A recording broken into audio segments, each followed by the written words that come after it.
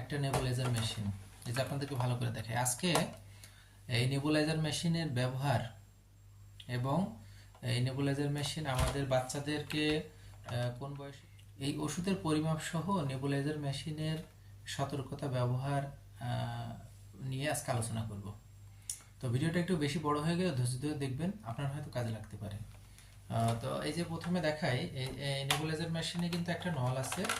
এই যে নলটা, এটা এখানে লাগানো যায়, এই দুইটা মুখ একই, এখানে মেশিনের এখানে একটা থাকে, আর আপনার আমাদের এই যে মাস্কের এখানে একটা থাকে।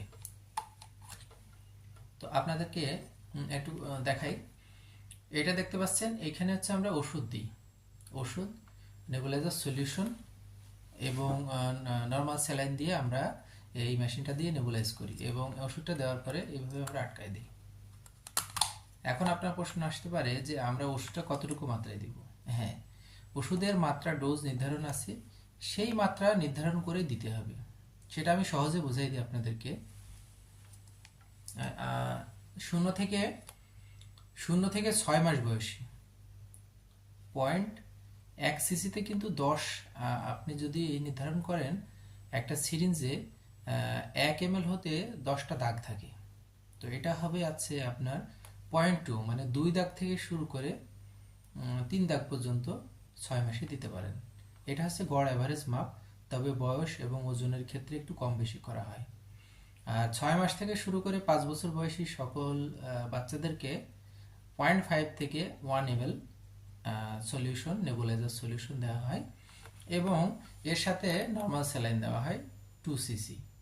তো আপনারা হয়তো খুব সহজে বুঝতে পারলেন এবং আপনাদের বাড়িতে শিশুদেরকে আপনারা নিজেরাই এখন নেবুলাইজ করতে পারবেন এই ধরনের একটা মেশিন রেখে।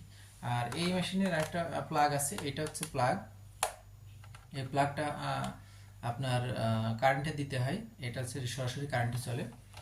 আর নেবুলাইজার নিয়ে আসলে আমাদের ভিতরে অনেক ভুল ধারণা আছে যে একবার হয়তো দিলে বারবারই দেওয়া লাগবে, কিন্তু এই কথাটার কোনো ভিত্তি নাই। এটা একটা সলিউশন, তবে আমরা অ্যাজমা রোগীদের এটা দেওয়া হয় এবং বাচ্চাদের নিউমোনিয়া, মারাত্মক সর্দি কাশি থেকে রক্ষা করার জন্য এই নেবুলাইজ করা হয়। তো নেবুলাইজারে সলিউশন ইউজ করা এবং খুব কম মাত্রায়, যেটা আমাদের ফুসফুসে যখন এই সর্দি কাশিগুলো জমে, তো ফুসফুসকে আমরা ক্লিয়ার আমরা নেবুলাইজার করি। তো এটা ভয়ের কোনো কারণ নেই, যদি আপনি নেবুলাইজার মেশিন দিয়ে নেবুলাইজ করেন তাহলে আপনার বাচ্চা খুব দ্রুত সুস্থ হয়ে যাবে। তো আজকের আলোচনাটুকু ভালো লাগলে সবাই একটু লাইক কমেন্টস করবেন এবং শেয়ার দিয়ে পাশে থাকবেন। সবাইকে অসংখ্য ধন্যবাদ।